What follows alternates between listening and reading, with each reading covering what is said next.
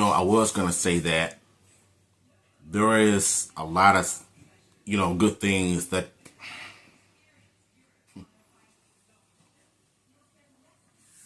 okay, so I feel like there's a lot of good things that the Disney Plus Power Rangers reboot definitely needs the most.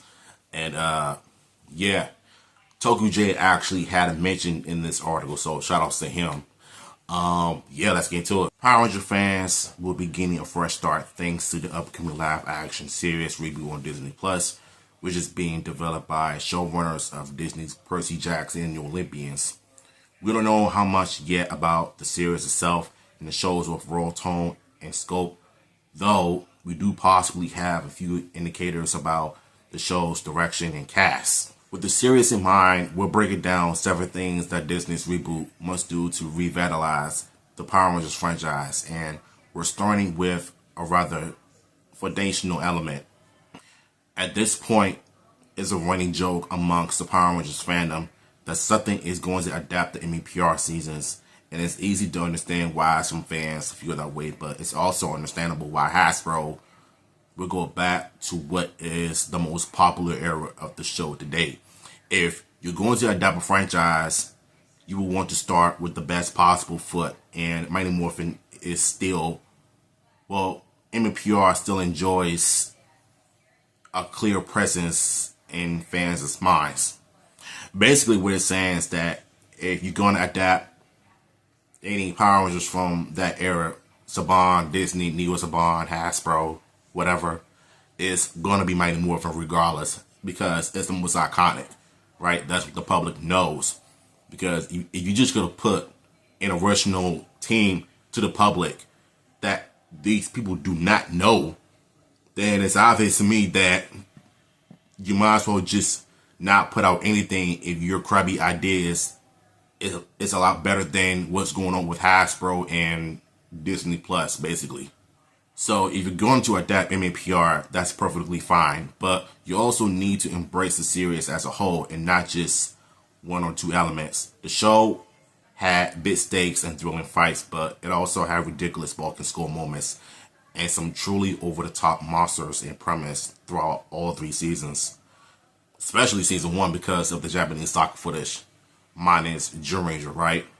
That season is way over the top. The colors always pop off the screen as well, and those are all fun elements that are as astronomic to the show as the costumes and floating heads in the command center. If you're going to embrace the show, just remember to embrace everything that made it what it was. And I agree with that. Once and always did it. There was some campiness into it, but later on down the line, the episodes just got a little bit more darker because it was more mature, because it was on Netflix and it made a lot of sense. You know what I'm saying? David and Walter Jones brought it out that made it watchable because of the tribute to Louis Train and Jason David Frank for the most part. And I feel like they did it just right. That brings us to the Mighty Morphin costumes. And like I said, Toku J had a mention in this article, so not only shout outs to him, but they also talked about the Ninja Kids project, which got canceled because of the AI and stuff like that. The reason why I did not like the 2017 costumes because, number one, the rejected costumes were a lot better, especially the helmets. Their final version just looked like 99-cent bootleg Power Rangers done wrong. I felt like they could have used the rejected ones, but kept the costumes iconic. But due to what happened in the 2017, you already know my hatred towards that film. That brings us to the Mighty Morphin costumes, which are simply iconic. And that's truly the key here. While I enjoyed the most alien-like designs from the 2017 Power Rangers reboot, I think the recent Ninja Kids project gave fans a much better idea of how to modernize the designs that kept what made them iconic. And I will be honest when I say this, as much as I love the Ninja Kids costumes and Toku J and them did a good job, but what ruined the whole thing for a lot of us was the amount of AI instead of using a regular VFX artist. I've already talked about all of that last year. I mean, like 12 videos talking about it. And yet there are people out there that are still defending AI slop to use in a TV show. Sentai did it too, for the most part. But I just feel like, to me, you know, you could have used a regular VFX artist or something like that.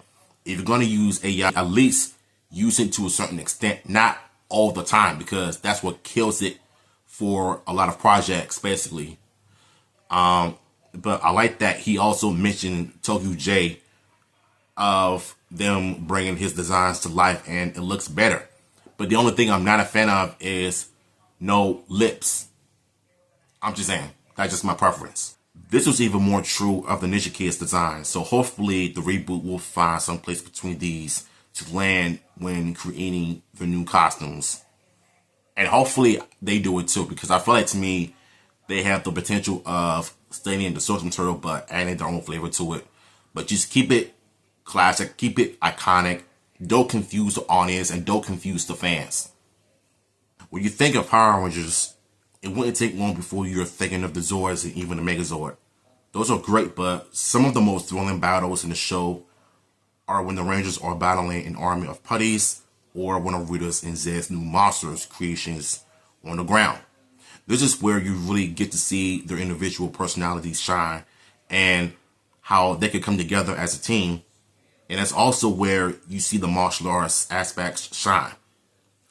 And I think that's what the Mighty Morphin Power Rangers is known for. It's a lot of martial arts action. You couldn't really get that in the Neo Saban era, minus Dino Charge.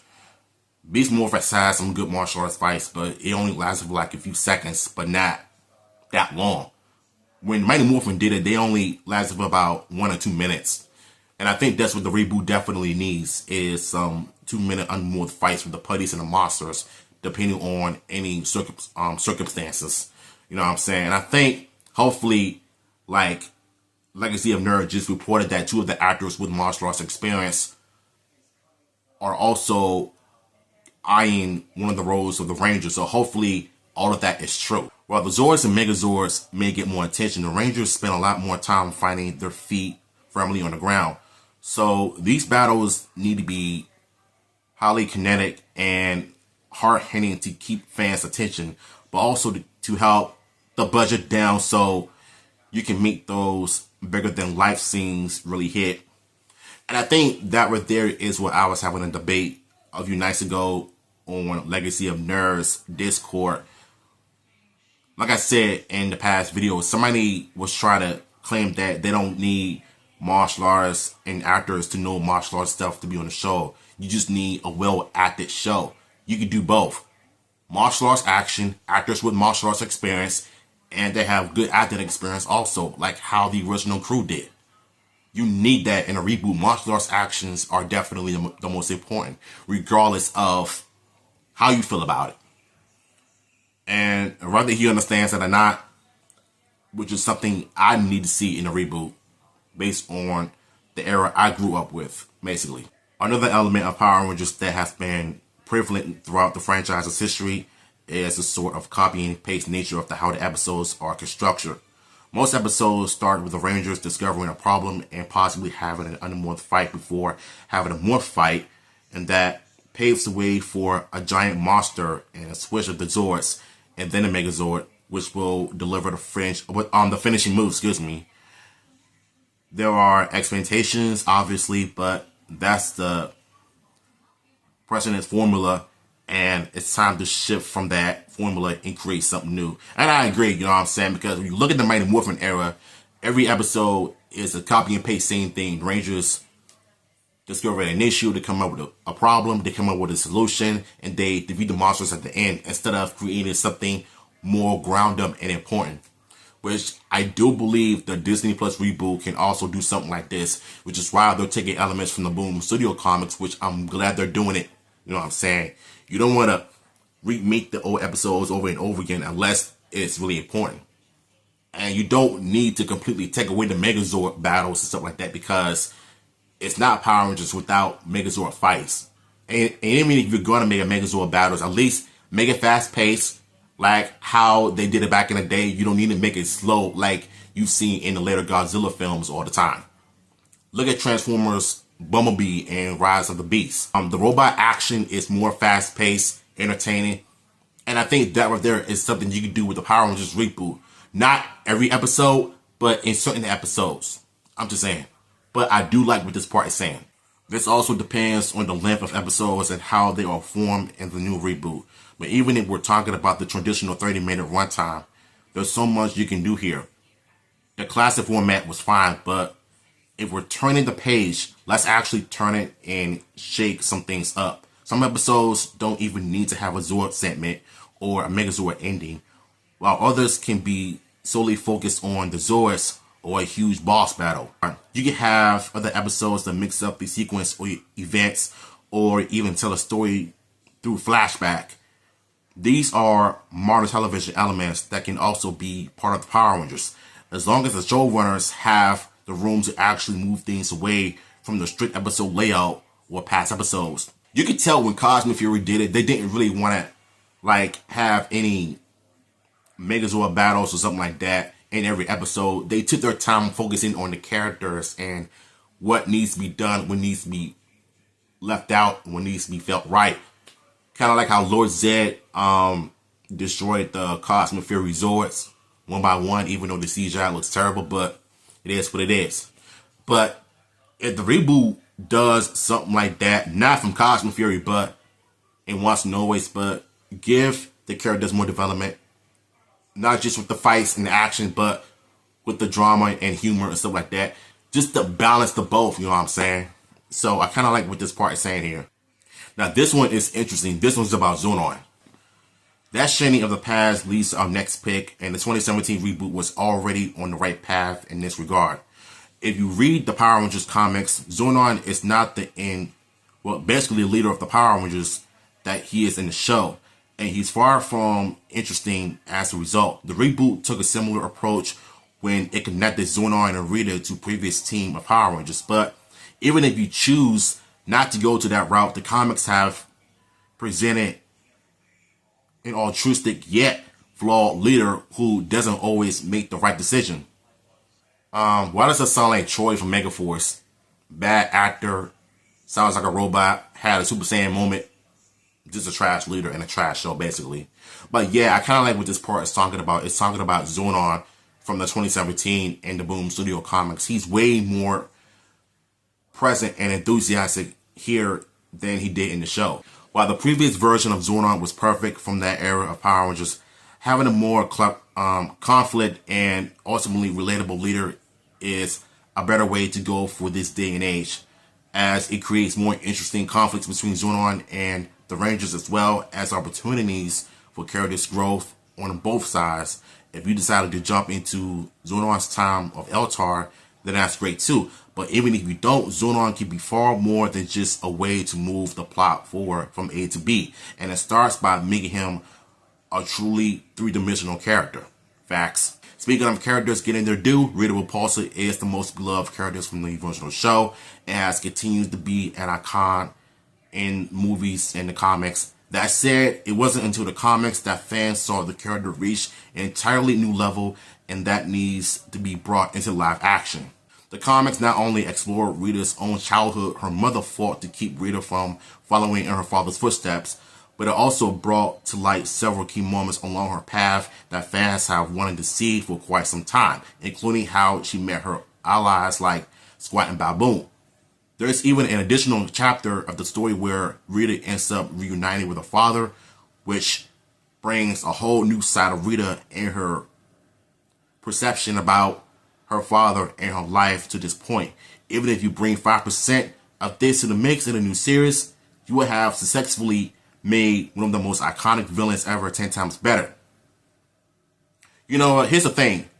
Rita in the comics was done perfectly.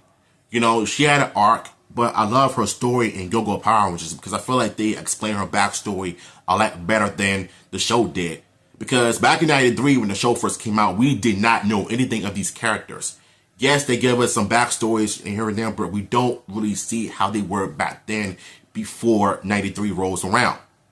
So what the comics did, they gave her an interesting backstory, and it was done 10 times better. At the start of this, I mentioned that embracing Mighty Morphin was perfectly fine, which is a statement that is actually rather divisive among longtime Power Rangers fans. Cap, there's a big segment of fans who would love to see the franchise do anything but Mighty Morphin, and with how many times Mighty Morphin has been featured, it's totally understandable. It's totally understandable.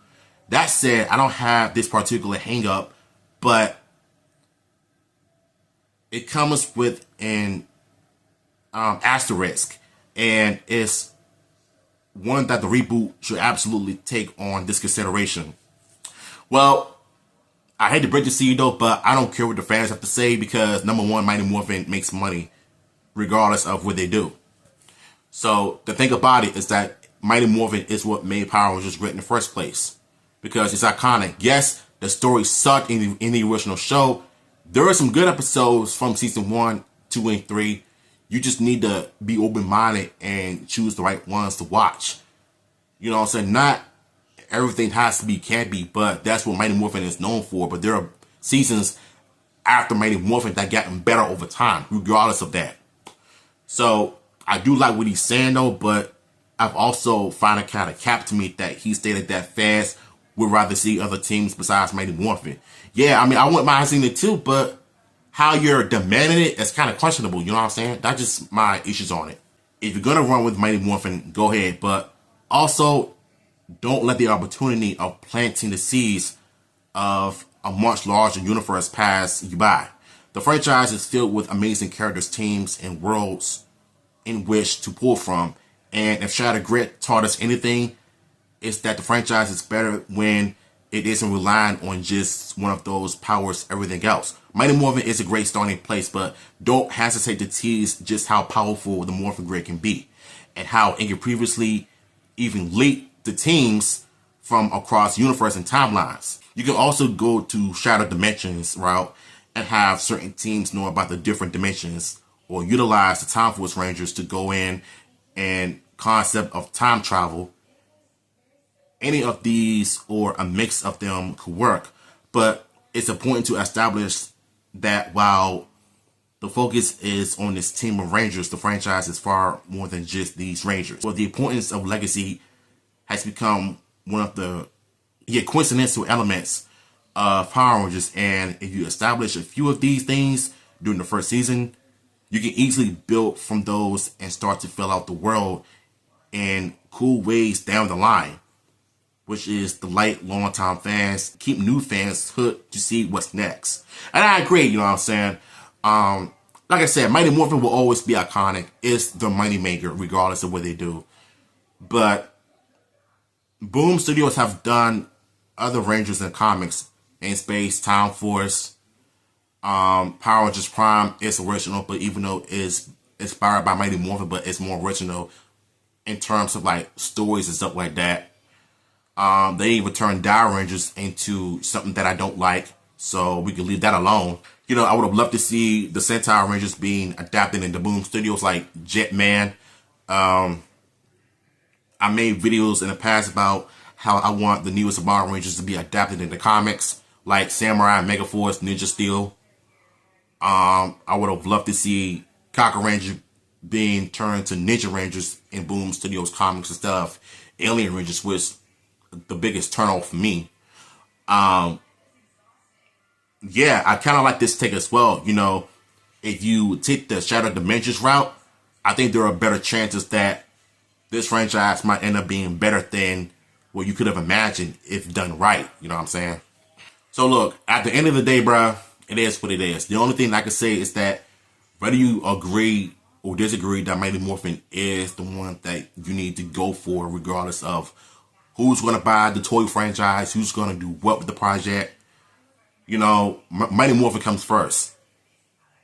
The same way that if you're married, you know, to your lovely wife for 7 years, your wife comes first before your kids and yourself.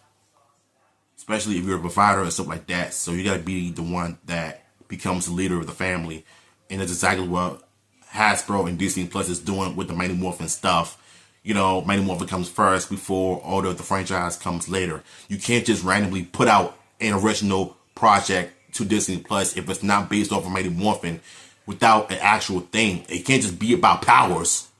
You know, red power, black power, blue power, yellow power, pink power. This is not Bioman. You know, without a thing for the Power Rangers reboot, it's not going to sell. It's not going to work.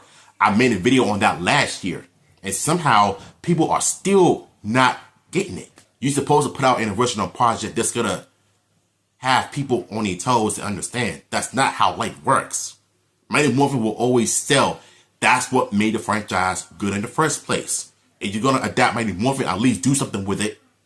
Which is why last year when I reported from Jizaku that they're going to take elements from the comics instead of adapting certain episodes from the show, but make it more original. And this Mighty Morphin project is original in terms of story. Like, what is something that y'all are not getting? So at the end of the day, I'm still looking forward to the Reboot project that is going to be filming earlier spring in 2026 of this year. And hopefully we'll be able to get the official casting reveal sometime in the future. Legacy, if you're watching this, bro, you know I'm watching you. We're in the Discord talking Power Rangers, man. Like, I'm waiting. So, yeah. What's y'all thoughts on this, man? Link to the article will be down below.